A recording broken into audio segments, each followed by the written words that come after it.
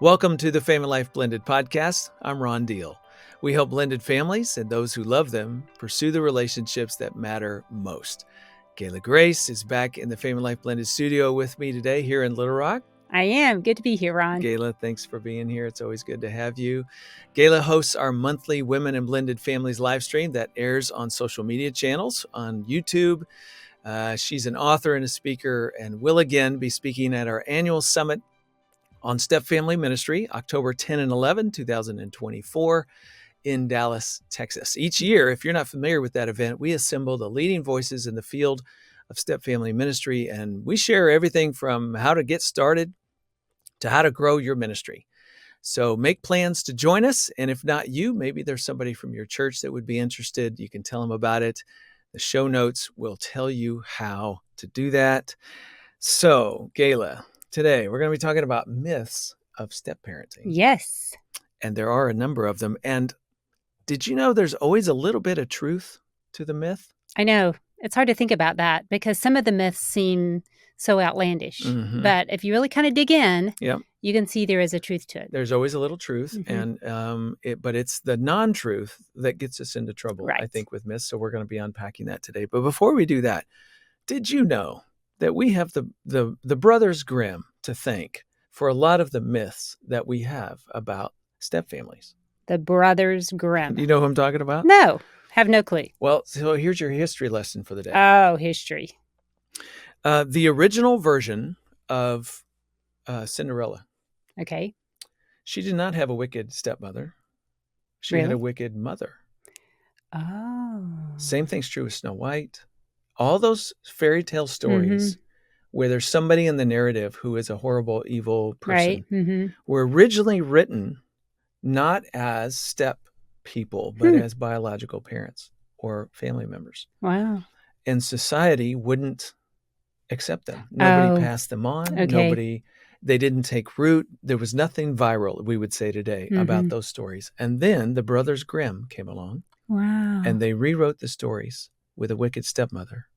Huh. And the rest is history. Oh, my goodness. No, I did not know that. We have them to thank for much of the negativity that people still tried to run away from and outlive today.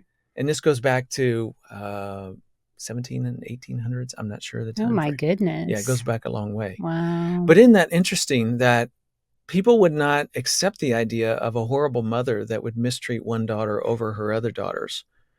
They just didn't think that, would happen very much. They couldn't hold on to that. But as soon as you say, oh, no, it was a stepmother. Then they could conceive it. Then they could go, oh, yeah, that could happen. That's kind of disappointing to me. I was going to say, how do you feel about that? Not good at all. I'm a stepmom. I mean, yeah, really. I know it. Wow. It's horrible. Mm-hmm. But it also says something about the power of literature and, again, society and rumor and what catches on and what people can imagine being true and not true. And here we are today going to talk about some myths of stepfamilies. And the number one myth on our list is all stepmothers are wicked and all stepfathers are abusive. And we have the Brothers Grimm directly to thank for that. Yeah. It's that word all. I mean, I think certainly we do know that it can happen. I mean, if you read the news, you hear stories, particularly of abusive stepfathers. I mean, I've seen news accounts of that. Right. So obviously it does go on some. And that is the truth in the midst of this little myth. There is a little bit of truth to it. There's enough that's true that you see it in the headlines. Right. And, my observation is those are the stories people really want to tell because, again, it goes back to the Brothers Grimm. Oh, yeah, we really want to tell that story about the evil stepfather who did something to his child. Because somehow, I don't know, it sensationalizes drama. People kind of cling to drama. It makes for good storylines in movies. Again, it's just easier to believe it. And so it happens, and that's what makes headlines. There is a tiny bit of truth to it. But what is not true is what you and I both know, and that is after working with a lot of blended families through our collective careers, we know step-parents are often hardworking, yes, deeply loving, very sacrificial, want good things for their stepchildren. Yeah. I think about Sisterhood of Stepmoms that I worked in for years and came in contact with so many stepmoms, and they wanted to love their stepchildren. They were trying to learn more about how do they play this role and how do they be the best stepmom they can be. They certainly had no intentions of being evil. Exactly. Now, here's another side to this. Because that stereotype is out there, I think there's a lot of step-parents who are trying to outlive it or escape it, I should say, from day one. And here's the irony, I think, Gayla. If you have a little paranoia about you and you don't want to be called the evil stepmom or wicked stepmother or the abusive stepfather, it's sort of like you're trying to outrun that shadow even when it isn't cast upon you yet. So you start working really, really hard to be super sweet or to be right. Super stepmom is what we call it. Okay. All right. So there you go. So you're trying to be this thing so the kids don't think of you in a negative light. Right. And the irony is sometimes you're working so hard, you're impatient, your expectations are so high, you want so many good things to happen that all of a sudden your eagerness pushes them away, making you a super stepmom, and they're like, whoa, back up. I'm not ready for that. And so then all of a sudden you just became wicked. I mean, if that's not ironic, in their I don't eyes, know what is. And so sometimes trying to outlive something you're paranoid about can actually be your downfall. Yeah, you're trying too hard, and the stepkids are not ready for that, and so it just pushes them away. When instead we just have to back up, and some of it has to do with our expectations. We need to be careful that we haven't set them our expectations so high that we can never achieve it, and we're just chasing our tail, trying to make this happen. At the end of the day, you're trying to build trustworthiness with your stepchildren, and them trusting you as a person who cares for them and loves them and is decent and kind. And that's the stuff that's going to win you a good warm fuzzy with the kids. Right. But it's probably going to take you longer than you want in order to build that trustworthiness. And we live in this instant society that we think everything should happen fast. And step relationships, it doesn't happen fast. So you just walked right into myth number 2. I'll read this one too. Step parents are instantly parents, and the family is once again made whole by their presence. Yeah. And you know what I think goes along with that is step families can behave the same way as biological families. That basically they can act the same, and they cannot. They cannot. They can't. There is a little truth to it. For some, often with really young children, you can become an instant parent in the life of a child. And I think sometimes with children, I've seen this, who have had a biological parent that's been missing. Let's say they live in with dad and mom's been MIA for quite some time. And essentially, they're just so hungry for a mother figure in their life that when that stepmom comes along, the kid's attached to her very, very quickly. Right. Now, a little caveat. Let me just say that doesn't mean in 10 years when they turn 17 or 16 or whatever, that all of a sudden they're going to look at you and go, yeah, you're really not my mom. So sometimes that happens later, not on the front end. But there are situations where step parents walk in and almost immediately you become the parent. Those are more the exception than they are the rule. So there's a little bit of truth to this. And every once in a while, you and I will have somebody come up to us at an event or say something, but I came in and the kids were great. We haven't had any problems. And I say, count your blessings. Right.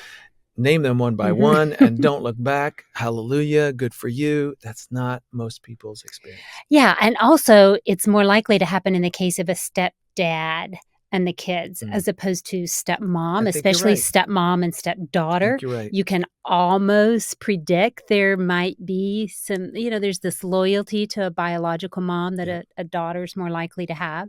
So that stepmom relationship's a little more tenuous. One of the dangers of coming in and trying to be the parent instantly is that sends, whether you intend it or not, that sends an erase and replace message to the stepchildren. That message sort of breaks down to this: hey, look, I'm your new mom, new sheriff in town, and I'm going to act like that and claim all of the rights and responsibilities that go along with that.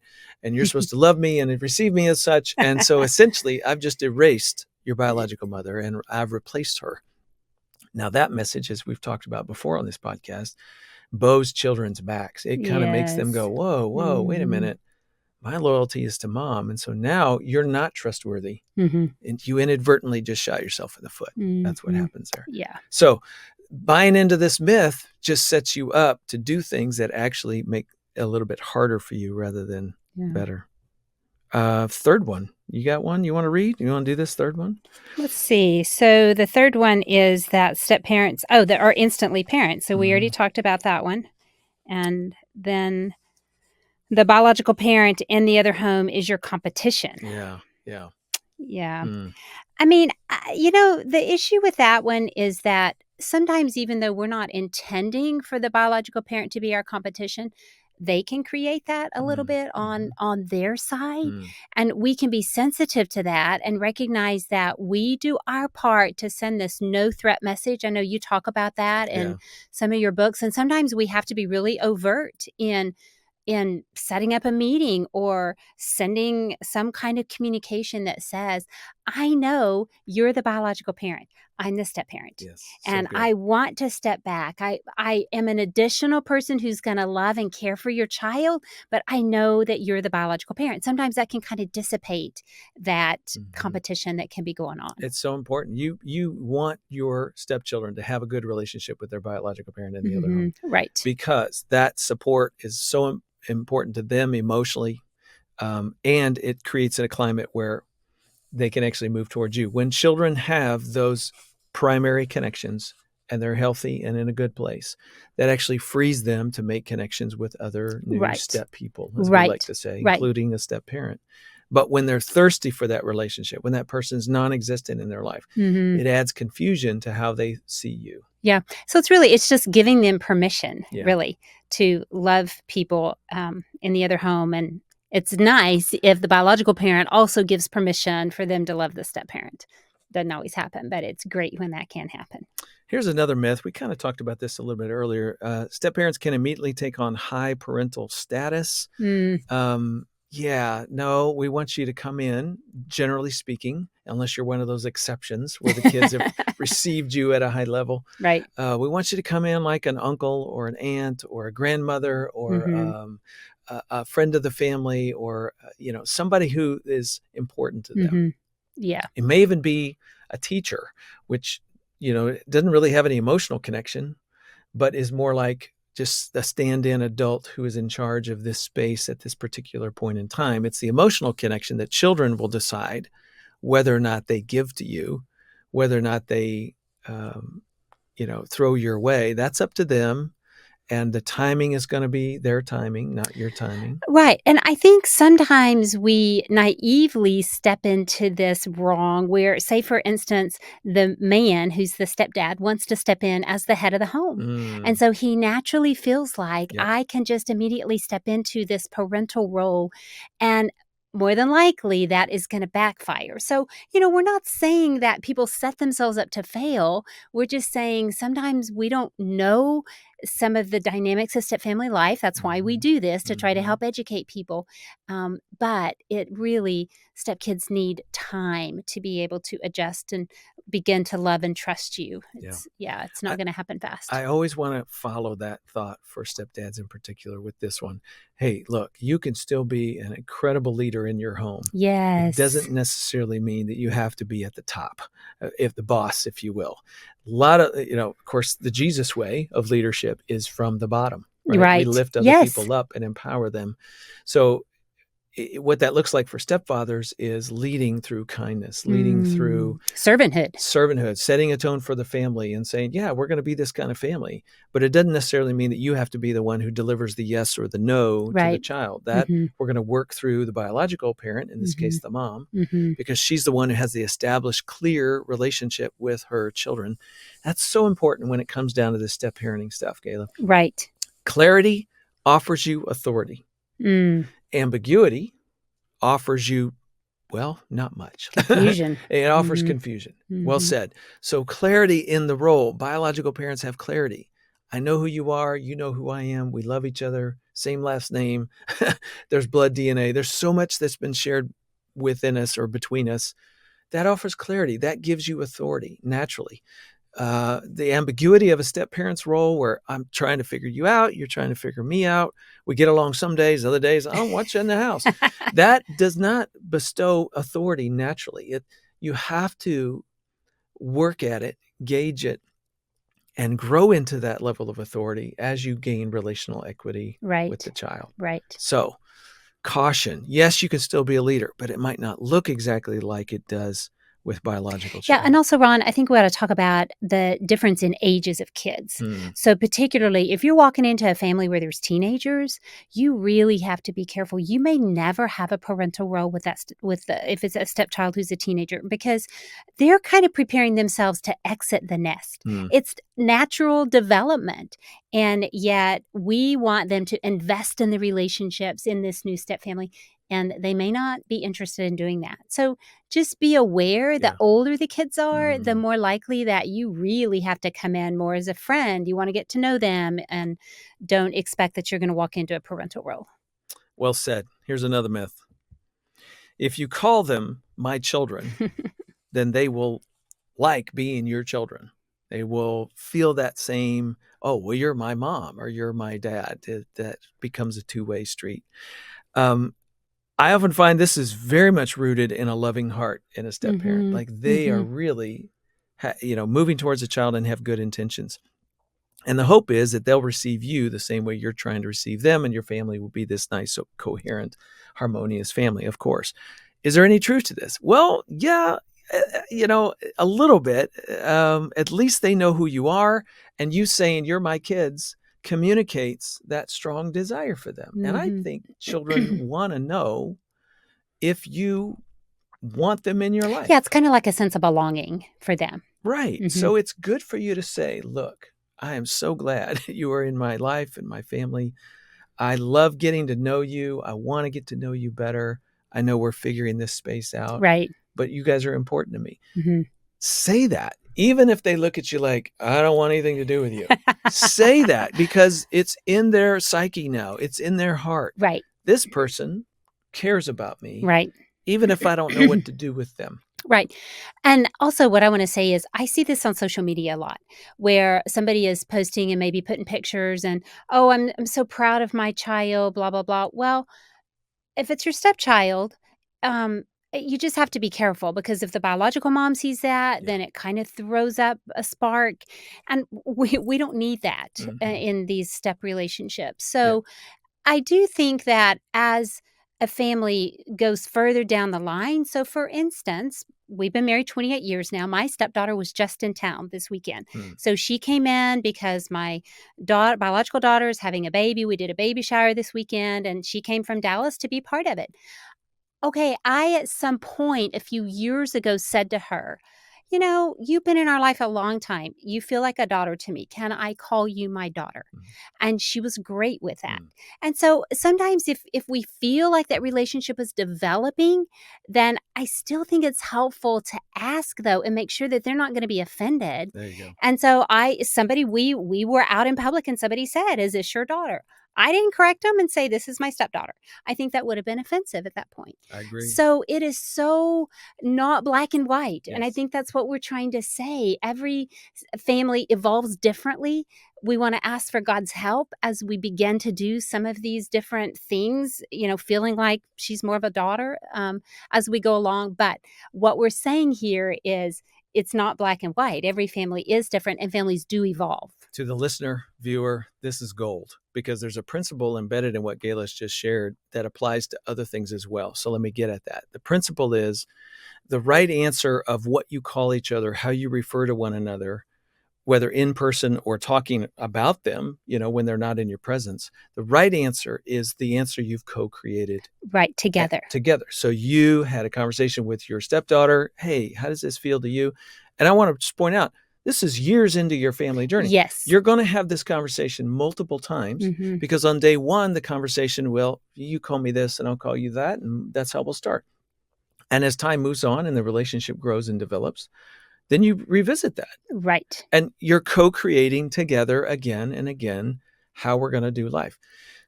That is a principle that applies to so many different moments in your life. When you're not sure how this child or this person's going to react or respond to this occasion or this moment, ask, have a conversation, bring it up, and use your ignorance. By the way, folks, pro tip number 1, I do this all the time in my world, my life, my ministry, my marriage. Hey, I know it's probably just me. I'm just not a little unsure what to do here. How do you feel about X? And you've just brought it up in a very non-confrontive way. Non-threatening way. And you've invited them to join you in this little moment that you both probably feel the same about. And again, co-create how we're going to respond to this situation. That makes it the right answer. Not that you push your thoughts or their thoughts or somebody, won out and somebody lost, but no, you co-create, you come together. It's a mutually respectful posture. Goes so far. Yeah, and it's our responsibility as adults to do that. We can't expect, yes, probably the child is feeling the same confusion, but we can't expect them to be the ones asking the questions. We need to be the ones to do it. Okay, I got another myth. I think we're up to number 6. Okay. You will love your stepchildren the same way you love your biological children. This is such a hard one because especially as Christians, we think we should. We should be able to love our stepchild the same, but you really don't. And I think, yes, you can love them and you always want to treat them equitably, but there is less tolerance for a child that's not your biological child. It's harder to offer grace. You're quicker to just, want to correct behavior. And it just doesn't come natural. But that doesn't mean that we can't be intentional and really recognize that. And especially if we have bio and stepkids in the same home, be very careful that we're treating them the same. Yeah. This is a tough one. I find people get defensive and argumentative sometimes with us about it. Like, but I do love them all the same. And of course you do. And again, there's enough truth to this that there's an affection in your heart and they grow more important to you over time. Exactly. You grow more important to them over time. Same thing's happening. And yet, here's the thing that I've often witnessed. If a family comes apart, God forbid, by death, by divorce, if a blended family comes apart, what is really natural is for people to pull back into the biological relationships, and those are the ones that they retain. And the step relationships often drift. They go away. Because the motivation, the affection, the connection is just not the same. So that's not to say there's anything wrong here. That's the whole point. People feel guilty. Oh, yes. As if they're doing something wrong because they don't have that natural bond. Well, and it goes back to the first myth of because now we're evil. Yeah. Because we can't. There you go. Yeah. And you're feeling horrible about it. And what we're trying to say is, look, no, I don't think that's the case. I mean, you can love nieces and nephews. Yes, you can. And you can have a great affection for them. And some people are with their nieces and nephews frequently to the point where you're almost like one of their parents. But there are some cases, and like in my family, we live so far apart, I don't have that kind of deep, intimate bond, working knowledge of life with my nieces and nephews. Because we just don't get to see each other very much. Now, do I love them? Absolutely. Have I been parental with them a time or two? Yes. I think I have stepped into that. Uncle Ron's got something to share with you. But I gauge that. I'm very careful. I'm is this really an open door for me? Like there's a totally different set of questions. Because I'm not their parent. And the affection's different, and the connection's different. That's what we're saying here. Yeah. And we're also saying in time, you can grow to love a stepchild almost just exactly as you love your biological kids. But in the beginning, if you're not feeling that, don't feel guilty about it. That's right. In the meantime, love them. You use the word equitably. Yes. Try to be fair. Absolutely. In how you treat. How much money you give out. Yes, because they're watching. They're watching what you're doing with that biological child, and are they getting the same fairness? Yeah. They have. They are. Absolutely. Yeah. Okay, 6 myths. Gayla, thanks for being with me. It's a good conversation. Yeah, it's been great. And we hope this has been a blessing to you, the listener, viewer. Thanks for being with us. If this conversation has blessed you, would you consider making a tax-deductible donation to Family Life Blended? We are listener-supported ministry. And listeners who make a donation this month to Family Life Blended, our division of Family Life, you're going to get a free copy of Lauren Reitzma's book, In Their Shoes. It is one of my favorites. I think you like it. That's a great one. It is a really good book. It's our way of saying thank you for your support. Because of this is exclusive to Family Life Blended listeners and viewers. So make sure you use the link in our show notes to make that donation. We would appreciate you leaving a review or a rating. That always helps other people find us as well. And don't forget our Summit on Step Family Ministry coming up.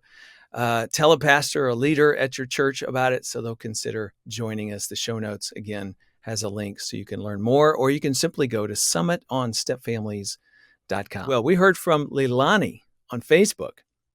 She says, I've listened to every Family Life Blended podcast you have. Wow. And deeply appreciate them. Isn't that great? That is great. If you haven't subscribed yet to the podcast, the audio or the video on YouTube, please do that. We'd love to have you follow and not miss a thing. Now, next time, I'm going to be talking with a friend of mine, Dr. Adrian Hickman. We're going to be talking about helping teens and young adult children who are stuck in addictive behavior. That's next time on Family Life Blended.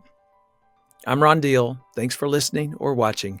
And thank you to our production team and donors who make this podcast possible. Family Life Blended is part of the Family Life Podcast Network, helping you pursue the relationships that matter most.